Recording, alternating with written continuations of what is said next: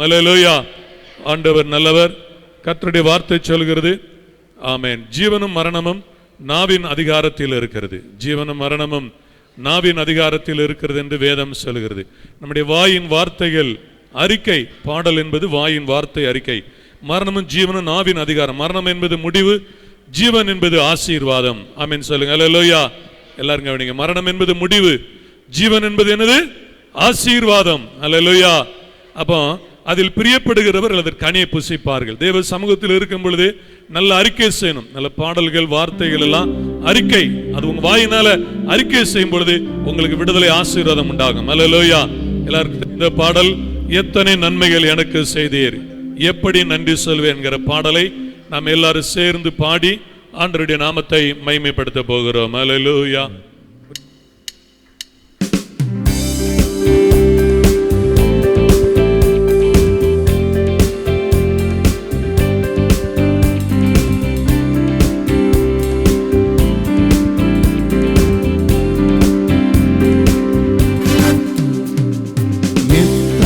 நன்மைகள் எனக்கு செய்தி, எப்படி நன்றி சொல்வேன், நான் எப்படி நன்றி சொல்வேன். எத்தனை நன்மைகள் எனக்கு செய்தி, எப்படி நன்றி சொல்வேன், நான் எப்படி நன்றி சொல்வேன். நன்றி ராஜா, நன்றி ராஜா, நன்றி ராஜா, நன்றி ராஜா, நன்றி ராஜா. கரங்களை தட்டி எல்லாரும் பாடலாம் நல்ல உற்சாகமாய். இயேசு ராஜா, தாழ்மையில் இருந்தேன், தயவாய் நினைத்தி தேவனே உம்மை துதிப்பேன். தாழ்மையில் இருந்தேன், தயவாய் நினைத்தி தேவனே உம்மை துதிப்பேன். தேவனே உம்மை துதிப்பேன். ஐயா, எத்தனை நன்மைகள் எனக்கு செய்தி, எப்படி நன்றி சொல்வேன், நான் எப்படி நன்றி சொல்வேன்.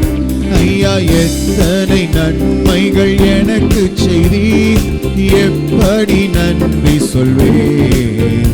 நான்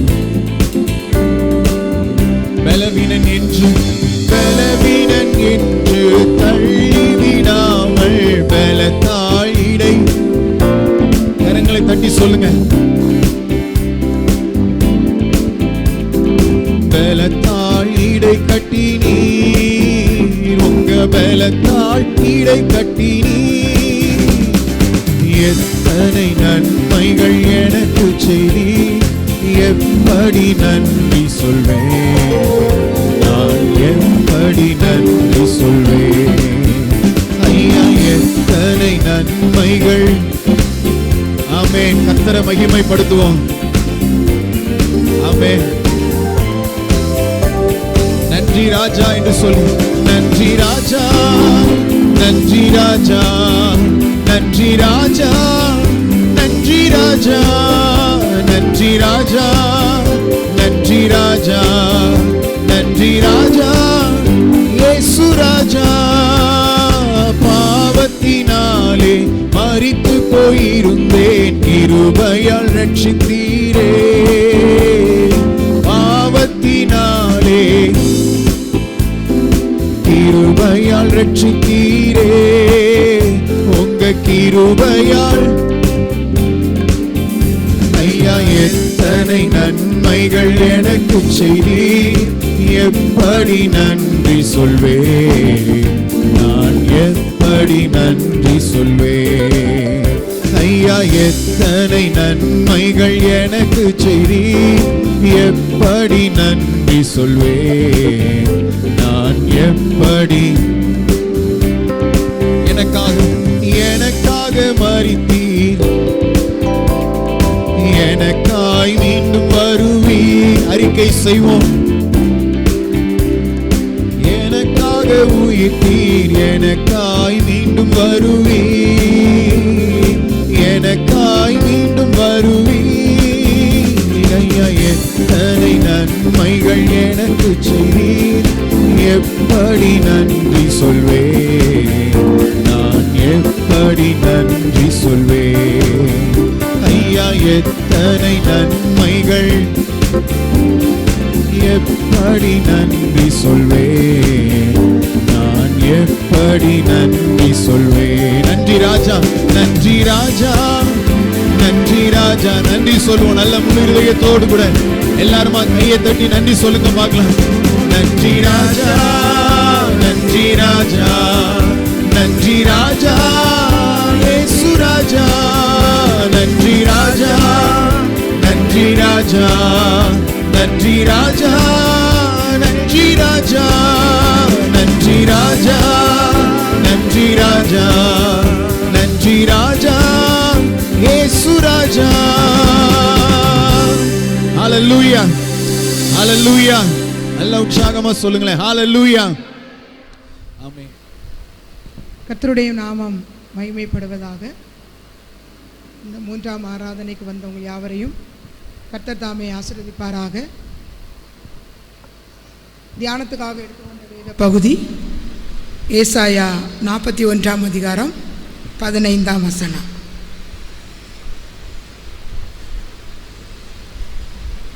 வாசியுங்கள் ஒருவர். ஏசாயா 41:15.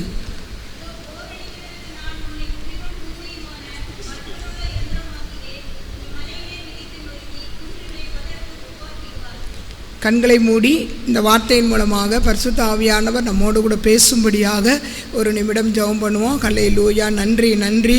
பரிசுத்த ஆவியானவரே, மை துதிக்கிறோம், மை ஸ்தோத்தரிக்கிறோம். இந்த நாளிலும் இந்த பரிசுத்த ஓய்வு நாளிலே ஆண்டவரே கூடி வந்து உம்மை ஆராதிக்க கர்த்தர் கிருபை செய்து நன்றி செலுத்துகிறோம். இந்த நேரத்திலும் உம்முடைய சமூகத்திலே காத்திருக்கிற ஒவ்வொரு பிள்ளைகளோடு கூட பரிசுத்த ஆவியானவர் பேசுவீராக. ஆண்டவரே, உம்முடைய சத்தியங்களை நாங்கள் அறிந்து விடுதலை பெற்றவர்களாய் கடந்து செல்ல எங்களுக்கு உதவி செய்வீராக. பரிசுத்த ஆவியானவர் நீர் பேசும். இயேசுவின் நாமத்தில் ஜெபிக்கிறோம் நல்ல பிதாவே, ஆமென். கர்த்தருடைய நாமம் மகிமைப்படுவதாக. ஏசாயா 41 அதிகாரம் 15 வசனத்திலே, இதோ போரடிக்கிறதற்கு நான் உன்னை புதிதும் கூர்மையுமான பற்கள் உள்ள எந்திரமாக்குகிறேன். நீ மலைகளை மிதித்து நொறுக்கி குன்றுகளை பதருக்கு ஒப்பாக்கி விடுவாய் என்று சொல்லி நாம் அங்கே வாசிக்கிறோம். கர்த்தராகிய தேவன் நம்ம எல்லாம் ஒரு சாதாரண பலவீனமான மனிதர்களாய் கர்த்தர் பார்க்கவில்லை. இந்த வாக்குத்தத்தத்தின்படி, இந்த வசனத்தின்படி தேவாதி தேவன் மனுஷர்களாகிய நம்மை அவர் ஒரு கூர்மையான பற்கள் உள்ள எந்திரமாக அவர் உருவாக்கி வைத்திருக்கிறார். எதற்காக என்றால், மலைகளை மிதித்து நொறுக்கி அதையெல்லாம் பதருக்கு ஒப்பாக்கி விடுவாய் என்று சொல்லி நாம் அங்கே பார்க்கிறோம். நம்ம எல்லாம் தேவன் ஒரு மிகப்பெரிய ஒரு இயந்திரமாக உருவாக்கி வைத்திருக்கிறார். அவருடைய பார்வையில் நம்ம எல்லாருமே ஒரு பெரிய இயந்திரமாக இருக்கிறோம். நமக்கு முன்பாக வருகிறதான மலைகளை மிதித்து நொறுக்கக்கூடிய மிகப்பெரிய ஒரு எந்திரமாக கர்த்தர் நம்மை உருவாக்கி வைத்திருக்கிறார். தேவனுடைய உருவாக்குதல், படைப்பு எல்லாமே வித்தியாசமானது. அவருடைய படைப்பெல்லாம் அற்புதமானது. ஒரு முறை ஒரு மனிதன் ஒரு ஆலமரத்தின் நிழலிலே படுத்திருந்தான். அவனுக்கு அருகாமையிலே ஒரு சிறிய கொடி ஒன்றில் பெரிய பூசணிக்காய் ஒன்று இருந்தது. அதை அவன் பார்த்தான். அதன் பின்பு அண்ணாந்து பார்த்தான். அந்த ஆலமரத்திலே ஒரு சிறிய காய் ஒன்று இருந்தது. அப்போ அவனுக்குள்ள தேவனுடைய படைப்பை குறித்து ஒரு முறுமுறுத்தான். இந்த சிறிய கொடிக்கு இவ்வளோ பெரிய காய், இவ்வளோ பெரிய மரத்துக்கு இத்தனோண்டு காய், இது என்ன படைப்பு, ஆண்டவருடைய படைப்பு அப்படின்னு சொல்லி அவன் தனக்குள்ளே யோசித்து கொண்டிருந்தான். சிறிது நேரத்துக்குள் அந்த மரத்திலிருந்து ஒரு சிறிய ஆலங்காய் அதனுடைய நெத்தியில் வந்து விழுந்தது. அப்போ அது ஒரு சின்ன வலி தான், போய் கீழே விழுந்துச்சு.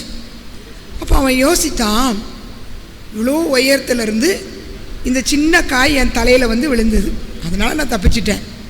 இதே பூசணிக்காய் அவ்வளோ உயரத்துலேருந்து என் தலையில் விழுந்தா என்னாகும்? ஆண்டவர் எல்லாவற்றையும் ஞானமாக நேர்த்தியாக தான் படைத்து வைத்திருக்கிறார், உருவாக்கி வைத்திருக்கிறார் என்று சொல்லி அப்பொழுது அவன் உணர்ந்து கொண்டான். இதுபோல் தேவனுடைய பிள்ளைகளாகிய நம்மை கர்த்தர் ஒரு எந்திரமாக உருவாக்கி வைத்திருப்பதற்கு ஒரு நோக்கம் உண்டு. அது என்னவென்றால் மலைகளை மிதித்து நொறுக்கும்படியாக, நொறுக்கி பதருக்கு ஒப்பாக்கிறணுமா. 16ஆம் வசனத்தில் வாசிக்கிறோம், அந்த மலைகள் மேலே, நொறுக்கப்பட்ட அந்த மலைகள் மேலே காற்று வீசின உடனே அது என்ன செய்யுமா? பறக்கடிக்கப்படும். நாம் மலைகளை மிதித்து நொறுக்க வேண்டும். தேவனுடைய பிள்ளைகளாகிய நம்ம எல்லாருக்குமே ஒரு விதமான மலைகள் இருக்க தான் செய்யுது. இருக்கா இல்லையா? இருக்குது. ஒவ்வொருவருக்கும் ஒவ்வொரு விதமான மலைகள் இருக்கலாம். சிலருக்கு மழை இல்லாமல் இருக்கலாம், ஒரு சின்ன குன்றாவும் இது இருக்கும். அப்படின்னா என்ன அர்த்தம்னா, மழை என்றால் நமக்கு முன்பாக தடைகள், பிரச்சனைகள், இழப்புகள், கஷ்டங்கள், பாடுகள் இருக்கா இல்லையா? இருக்கு. நம்ம எல்லாருக்கும் இருக்கு. ஒரு சிறிய அளவில் கூட இருக்கத்தான் செய்யுது. ஆனால் கர்த்தர் சொல்றார், பெரிய அளவோ பெரிய பர்வதமோ சின்ன குன்றோ எதுவானாலும் நீ அவைகளை மிதித்து நொறுக்கக்கூடிய எந்திரமாக உன்னை நான் சிருஷ்டித்து வைத்திருக்கிறேன். ஆண்டவருடைய பிள்ளைகள் நம்மளாம் பயந்துடக்கூடாது. பாடுகளை கண்டு, பிரச்சனைகளை கண்டு, தடைகள், எதிர்ப்புகளை கண்டு பயந்துடக்கூடாது. கர்த்தர் சொல்கிறார், அதெல்லாம் உன்னால் மிதிக்க முடியும், நீ மிதித்து நொறுக்க முடியும். அந்த அளவுக்கு பவர் உனக்குள்ளே இருக்குது. அந்த அளவுக்குள்ள பவரோடு தான் உன்னை நான் படைச்சே வச்சிருக்கிறேன் அப்படின்னு ஆண்டவர் சொல்கிறார். எனவே தேவனுடைய பிள்ளைகளாகிய நாம் இந்த நாட்களிலே நமக்கு முன்பாக இருக்கிற அந்த மலைகள் எல்லாவற்றையும் நம்ம தகர்க்க வேண்டும். அந்த மலைகள் எல்லாம் நமக்கு முன்பாக சமபூமியாக மாறணும். வேதத்தில் நம்ம பார்க்கும்போது ஒரு மனிதனுக்கு முன்பதாக, அவரை மனிதன் என்று சொல்வதை விட மாமனிதன், அந்த மனிதனுக்கு முன்பதாக ஒரு பெரிய பர்வதம் சமபூமியாக மாறிட்டு, அதை குறித்து நம்ம பார்க்க போகிறோம். சகரியாவின் புத்தகம் 4ஆம் அதிகாரம் 7ஆம் வசனம் வாசியுங்கள். அந்த மனிதன் யார்?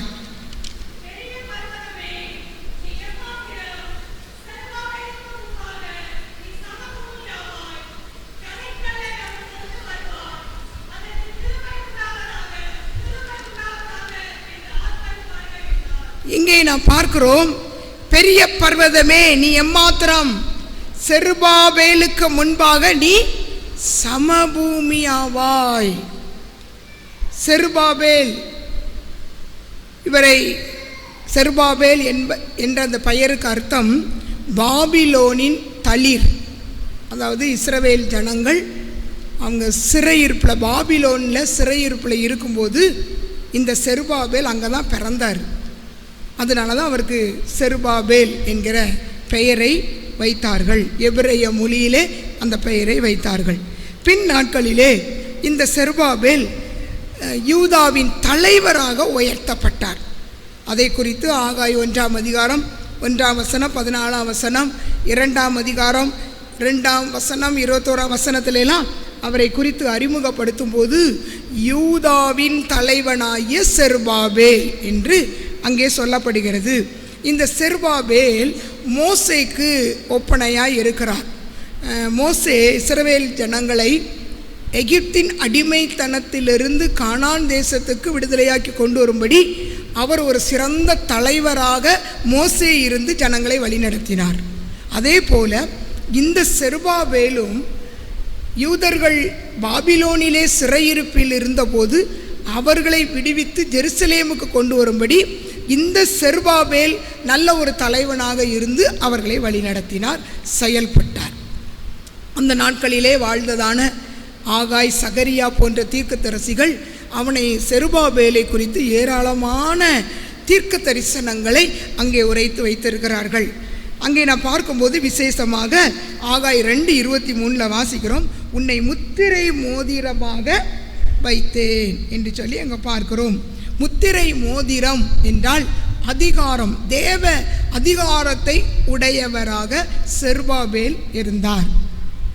யோசேப்பு எகிப்திலே பார்வோன் யோசேப்புக்கு பார்வோனுடைய முத்திரை மோதிரத்தை யோசேப்புக்கு போட்டு விட்டார். எகிப்தின் சகல அதிகாரமும் உனக்கு உண்டு அப்படின்னு சொல்லி. இங்கே நாம் பார்க்கிறோம், தேவனே செருபாபேலை முத்திரை மோதிரமாக வைத்தேன் என்று அங்கு தேவனே சொல்லுகிறார். அப்படி என்றால் ஒரு காரியத்தை, ஒரு மலையை மிதித்து நொறுக்கக்கூடிய ஒரு வல்லமை, ஒரு ஆற்றலை தேவ அதிகாரத்திலே செருபாபேல் பெற்றிருந்தார். செருபாபேலுக்கு முன்பதாக பெரிய பர்வதம் சமபூமியாக்கப்பட்டது. அதற்கு காரணம் தேவனுடைய அதிகாரம். அந்த முத்திரை மோதிரம் என்கிற அந்த அதிகாரத்தை செருபாபேல் பெற்றிருந்தார் என்று சொல்லி பார்க்கிறோம். இப்பொழுது செருபாபேலுக்கு முன்பாக இருக்கிற அந்த பெரிய பர்வதம் என்ன? முதலாம் தரியு ராஜா, பாபிலோனுடைய முதலாம் தரியு ராஜா, அவர் செருபாபேல் ஆலயத்தை கட்டும்படியாக ஜெருசலேமுக்கு கடந்து வந்தபோது ஆலயத்தை கட்டக்கூடாது என்று சொல்லி அந்த வேலையை நிறுத்தி வைத்தார். யாரு? தரியு ராஜா. அந்த அரண்மனையில் இருந்து சட்டம் வெளிப்பட்டது. இப்போ செருபாபேலுக்கு முன்பாக பெரிய பர்வதம் போன்று நிற்பது எதுவென்றால் ஆலயம் கட்டக்கூடாதபடிக்கு இருக்கிற தடை சட்டம் நிறுத்தப்பட்டாச்சு. இப்போ இந்த செருபாபேலுக்கு கர்த்தர் சொல்லுகிறது என்னவென்றால், பெரிய பர்வதமே நீ எம்மாத்திரம் செருபாபேலுக்கு முன்பாக சமபூமியாவாய். அப்போ இந்த செருபாபேலுக்கு முன்பாக அந்த தடை உடைக்கப்பட்டது. அந்த தடை உடைப்பதற்கு செருபாபேல் செய்த காரியங்கள் என்ன? அந்த அதிகாரத்திலே வாசிக்கிறோம். செருபாபேலுடைய கைகளே இந்த ஆலயத்துக்கு அஸ்திவாரம் போட்டது, அவனுடைய கைகளே அதை கட்டி முடித்து தீர்க்கும். அற்பமான ஆரம்பத்தை யார் அசட்டை பண்ண கூடும்? அப்போ செருபாபேல் ஆரம்பிக்கும் போது அற்பமாக தான் ஆரம்பித்தார். ஆனால் கர்த்தருடைய கரம் அவரோடு கூட இருந்தபடியினால் அதை நிறைவாய் செய்து முடித்தார் என்று சொல்லி அங்கே பார்க்கிறோம். செருபாபேலுடைய கையில் இருக்கிற தூக்கு நூலை கர்த்தர் என்ன செய்கிறார்? பார்க்கிறார், சந்தோஷமாக பார்க்குறார். ஏன்னா செருபாபேல் தான் அஸ்திபாரம் போட்டான், செருபாபேலே கட்டி தீர்ப்பான். அந்த தடை சட்டத்தை கர்த்தர் செருபாபேலுக்கு முன்பாக உடைத்து எறிந்தார். உங்களுடைய வாழ்க்கையிலும் பெரிய பர்வதம் போன்ற தடைகள், எதிர்ப்புகள், பிரச்சனைகள், சிலருக்கு இழப்புகள், என்ன பாடுகள், சிலருக்கு பார்த்திங்கன்னா கடன் பாரமே பெரிய மலை மாதிரி இருக்கும். சொல்லுவாங்க தெரியுமா, எனக்கு கடனே பெரிய மலை மாதிரி எனக்கு முன்னால் நிற்கு. அதை எப்படி தகர்ப்பது? அந்த கடன் பாரத்தை எப்படி தாண்டுவது, எப்படி கடப்பது? கர்த்தர் சொல்கிறாரு, நீ மிதித்து நொறுக்குவாய். கர்த்தர் அந்த வல்லமையை கர்த்தர் நமக்கு தந்திருக்கிறார். பயப்படாதீங்க. செருபாபேலுக்கு முன்பதாக பெரிய பர்வதம் போல நின்ற அந்த பர்வதம் அவனுக்கு முன்பாக அது சமபூமி ஆகுமானால், ஒன்றில்லாமல் போகுமானால், அதே கர்த்தரை தான் நீங்களும் நானும் ஆராதிக்கிறோம். அந்த கர்த்தர் உங்களோடு கூட இருந்து வல்லமையான காரியங்களை செய்ய அவர் வல்லவராக இருக்கிறார். பயப்படாதீங்க. எந்த காரியத்துக்கும் பயப்படாது. மலை போன்ற பிரச்சனைகளை பார்த்து பயந்துடாதீங்க. கர்த்தர் உங்க கூட இருக்கிறார். தேவனுடைய பிள்ளைகளாகிய நமக்கு முன்பாக அது சமபூமி ஆகும். இந்த செருபாபேலுக்கு முன்பதாக அந்த பெரிய பர்வதம் எப்படி சமபூமி ஆனது? அதை நீங்களும் நானும், செருபாபேல் செய்த அந்த காரியத்தை நீங்களும் நானும் செய்யும் போதுதான் அந்த பெரிய பர்வதம் சமபூமியாக மாறும். செருபாபேலுக்கு முன்பதாக அந்த பெரிய பர்வதம் எப்படி சமபூமி ஆனது? முதலாவதாக வாசிக்கிறோம், அவன் தலைக்கல்லை கொண்டு வருவான். தலைக்கல்லை கொண்டு வருவான். தலைக்கல் என்றால் அது கர்த்தராகிய இயேசு கிறிஸ்துவை குறிக்கிறது. இயேசு கிறிஸ்துவை பற்றி கொள்வது. அப்போஸ்தலர் நடபடிகள் 4ஆம் அதிகாரம் 11ஆம் வசனத்திலே வாசிக்கிறோம், மூளைக்கல்லை சீயோனில் வைக்கிறேன், அதன் மேல் விசுவாசமாய் இருக்கிறவன் வெட்கப்படுவது இல்லை. ஏசாயா 28ஆம் அதிகாரம் 16ஆம் வசனத்தை தான் அங்கே நம்ம வாசிக்கிறோம். அந்த வசனம் தான் பேதுருவில் அவர் சொல்றார். பேதுரு சொல்றார், திட அஸ்திவாரம் உள்ள மூளை கல்லை என்ன செய்றாரு? வைக்கிறார். அதன் மேல் விசுவாசம் வைக்கிறவன் பதறான். திட அஸ்திவாரம் உள்ள மூளைக்கல் கர்த்தராகிய இயேசு கிறிஸ்து. இயேசு கிறிஸ்துவை யாருமே அசைக்க முடியாது. அந்த அசையாத அந்த மூளைக்கல்லை நாம் என்ன செய்யணும்? பிடிச்சிக்கிறோம், உறுதியாக பற்றிக்கிறோம். திட அஸ்திவாரம் உள்ள ஒரு மூளைக்கல்லை சியோனில் வைக்கிறேன், அதன் மேல் விசுவாசமாய் இருக்கிறவன் பதறான்.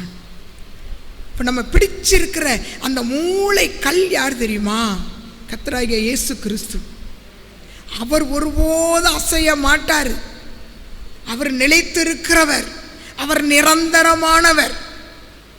அவரை நீங்கள் என்ன செய்யணும்? பிடித்து கொள்ளணும், அவரை நீங்கள் பற்றி கொள்ளணும். அப்படி என்றால் நீங்கள் தப்பி பிழைப்பீர்கள். 1 பேதுரு 1ஆம் அதிகாரம் 21ஆம் வசனத்திலே பார்க்கிறோம், உங்கள் விசுவாசமும் நம்பிக்கையும் தேவன் மேல் இருக்கும்படி அவரை மரித்தோரிலிருந்து எழுப்பி அவருக்கு மகிமையை கொடுத்திருக்கிறார். பிரச்சனை வரும்போது மலை போல பிரச்சனை, மலை போல பாடுகள், மலை போல இழப்புகள், உங்களுக்கு மலை போல எது இருக்கோ அதை நீங்கள் நினச்சிக்கிறீங்க. அப்படிப்பட்ட சூழ்நிலையில் உங்களுடைய நம்பிக்கையும் விசுவாசமும் தேவன் பேரில் மட்டும்தான் இருக்கணும். வேற யார் மேலே உங்களுக்கு வரக்கூடாது. தேவன் பேரில், இயேசு மேலே உங்களுடைய முழுமையான விசுவாசம், முழுமையான நம்பிக்கையை நீங்கள் அந்த நேரத்தில் தான் வைக்கணும். பாடு பிரச்சனை வர்ற நேரத்தில், மற்ற நேரங்களில் கூட நீங்கள் உங்களுடைய விசுவாசம் நம்பிக்கையெல்லாம் எந்த அளவுன்னு எனக்கு தெரியாது. ஆனால் பாடு பிரச்சனை வரும்போது மலை போல் இருக்கும் பாருங்கள், உங்கள் முன்னால் மலை போல் நிற்கிது இந்த பிரச்சனை.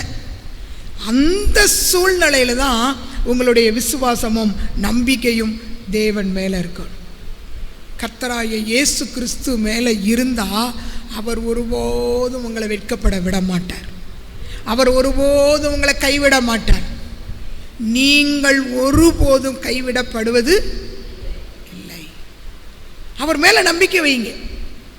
உங்கள் விசுவாசம் அவர் மேலே வரட்டும். மார்க்கு சுவிசேஷம் 11ஆம் அதிகாரம் 23ஆம் வசனத்தில் வாசிக்கிறோம், சந்தேகப்படாம மழையை பார்த்து பேசுங்க, மழையை பார்த்து சொல்லுங்க. சந்தேகப்படாம நீ பெயர்ந்து சமுத்திரத்தில் தள்ளுண்டு போ. பிரச்சனை போல பாடு வரும்போது அதை பார்த்து பேசுங்க. நீ போ, அப்புறம் போ, தள்ளுண்டு போ. இயேசுவின் நாமத்தினால இது அப்படியே அப்புறமா போட்டு, இயேசுவின் நாமத்தினால தள்ளுண்டு ஒன்றுமில்லாமல் போகட்டும் சொல்லுங்க, அது அப்படியே விலகி போயிடும். ஆனால் நம்ம பிரச்சனை நேரத்தில் ஆண்டவர் அதிகமாக தேடுறதை விட்டுருவோம். பிரச்சனை நேரத்தில் அவர் மேலே வச்சிருக்கிற நம்பிக்கையை இழந்துருவோம். பிரச்சனை நேரத்தில் நம்ம விசுவாசம் போய் அவிசுவாசம் வந்துடும். நம்மெல்லாம் எப்படி தெரியுமா? உலகத்தில் யார் சொன்னாலும் எது சொன்னாலும் அதையெல்லாம் நம்புவோம். அந்த வேதம் சொல்கிறத மட்டும் நம்ப மாட்டோம். அப்படி தான் நம்ம. பிரச்சனை நேரம் வரும்போது உங்களை சுற்றி இருக்கிறவங்க, சொந்தக்காரங்க, ரட்சிக்கப்படாதவங்க எல்லாரும் சொல்கிறதையெல்லாம் நீங்கள் கேட்பீங்க, நம்புவீங்க. ஆனால் அந்த வார்த்தை சொல்கிறத என்ன செய்ய மாட்டோம்? நம்ப மாட்டோம். வசனம் சொல்லுது இல்லை, உங்களுடைய விசுவாசமும் நம்பிக்கையும் தேவன் மேல் இருக்கும்படி. இப்போ தேவனுடைய பிள்ளைகளாகி நம்ம பாடுகள், பிரச்சனைகள், உபத்திரங்கள் வரும்போதெல்லாம் நம்ம நம்பிக்கை, நம்முடைய விசுவாசம் எல்லாம் குறைந்து போகிறதை தவிர அது முன்னேற்றம் அடைவது இல்லை. இங்கே நம்ம பார்க்கும்போது யாக்கோபு 1ஆம் அதிகாரம் 6ஆம் வசனத்தில் கூட நீங்கள் எவ்வளவேனும் சந்தேகப்படக்கூடாது. மலை போல பிரச்சனை வரும்போது ஆண்டவர் மேலே நமக்கு சந்தேகம் வரக்கூடாது, அவருடைய வார்த்தை மேலே சந்தேகம் வரக்கூடாது. சந்தேகப்படாமல் கேட்க வேண்டும். அப்படி சந்தேகத்தோடு நீங்கள் கேட்டீங்கன்னா அப்படிப்பட்டவர்கள் தேவனிடத்தில் எதையாயிலும் பெறலாம் என்று நினையாதிருப்போமாக. நம்ம பிரச்சனை மாறும், பாடு மாறும், உபத்திரம் மாறும் அப்படின்னு நம்ம நினைக்கக்கூடாது. ஏன் தெரியுமா? நமக்குள்ளே என்ன இருக்குது? சந்தேகம் இருக்குது, விசுவாசமும் இருக்குது, அவிசுவாசமும் இருக்குது. இது ரெண்டு இருக்கிற இடத்துல நம்ம கேட்டது கிடைக்கும் அப்படின்னு நீங்கள் யாருமே நினைக்கக்கூடாது. நம்ம யாருமே நினைக்கக்கூடாது. சந்தேகப்படாமல் ஒன்றை தேவனிடத்தில் கேட்டால்தான் அது கிடைக்கும். அப்போ இங்கே பார்க்கும்போது சில நேரங்களிலே பிரச்சனைகள் வரும்போது நமக்குள்ள சந்தேகங்கள், தடுமாற்றங்கள், அவிசுவாசங்கள் இதெல்லாம் வர்றதுக்கு நம்ம என்ன செய்யக்கூடாது? இடம் கொடுக்க கூடாது. பிரச்சனை வர்ற நேரத்தில் முதலாவதாக நீங்கள் செய்ய வேண்டிய, விசுவாசத்தின் அடிப்படையில் நீங்கள் செய்ய வேண்டியது 3 காரியங்கள். 1, விசுவாசம் உள்ள ஜெபம். நீங்கள் ஜெபிப்பீங்க, ஆனால் விசுவாசத்தோடு ஜெபம் பண்ணுவீங்களா? அதுதான் கேள்வி. நம்ம எல்லாரும் பிரச்சனை வரும்போது ஜெபம் பண்ணுவோம், தெரியுமா? ஜெபம் பண்ணுவோம். பிரச்சனை மாறுமா? மாறி இருக்கா? ஒரு சிலருக்கு மாறி இருக்கு, ஒரு சிலருக்கு அப்படியே மழை மாதிரி நிற்க தான் செய்யுது. காரணம் என்ன? காரணம் என்ன? விசுவாசம் உள்ள ஜெபம் இல்லை. பிரச்சனை வரும்போது, பாடுகள் வரும்போது, உபத்திரங்கள் வரும்போது, தேவைகள் வரும்போது விசுவாசம் உள்ள ஜெபத்தை நம்ம ஏறெடுக்கணும். விசுவாசம் உள்ள ஜெபம் இல்லாதனால தான் நம்ம வாழ்க்கையில் அற்புதம் நடக்கலை, மலைகள் விலகி போகலை, மலைகளை நம்மளால் பெயர்க்க முடியலை. விசுவாசத்தோடு ஜெபம் பண்ணி பாருங்க. நாகும் தீர்க்க தரிசன புத்தகத்தில் வாசிக்கிறோம் 1:5 அவர் சமூகத்தில் பர்வதங்கள் அதிர்ந்து மலைகள் கரைந்து போகும். பிரச்சனை வரும்போது நீங்கள் கர்த்தருடைய சமூகத்தில் போய் விசுவாசம் உள்ளவர்களாய் ஜெபத்தில் நீங்கள் எதையெல்லாம் கேட்டாலும் அதெல்லாம் உங்களுக்கு கர்த்தர் தருவார். அந்த மலையெல்லாம் கரைஞ்சு போயிடும். விசுவாசம் உள்ள ஜெபம். விசுவாசத்தோடு ஜெபம் பண்ணி பாருங்க. நாங்கள் விசுவாசத்தோடு தான் ஜெபம் பண்ணுறோம், எங்களுக்கு ஒன்றுமே நடக்க மாட்டேங்கு அப்படின்னு யாராவது சாட்சி சொல்ல முடியுமா? முடியாது. நீங்கள் விசுவாசத்தோடு ஜெபம் பண்ணால் அற்புதம் நடக்கும். தடுமாற்றங்கள், சந்தேகங்கள் வேண்டாம். அவிசுவாசத்துக்கு இடம் கொடுக்காதீங்க. விசுவாசம் உள்ள ஜெபங்களை ஏறெடுக்குங்கள். கர்த்தர் நிச்சயமாக மலைகளை சமபூமியாக்குவார். ஹல்லேலூயா. நீதிமான் தன் விசுவாசத்தினால் பிழைப்பான். பாடுகள், பிரச்சனைகள் மத்தியில் உங்கள் விசுவாசம் தான் உங்களை பிழைக்க வைக்கும்.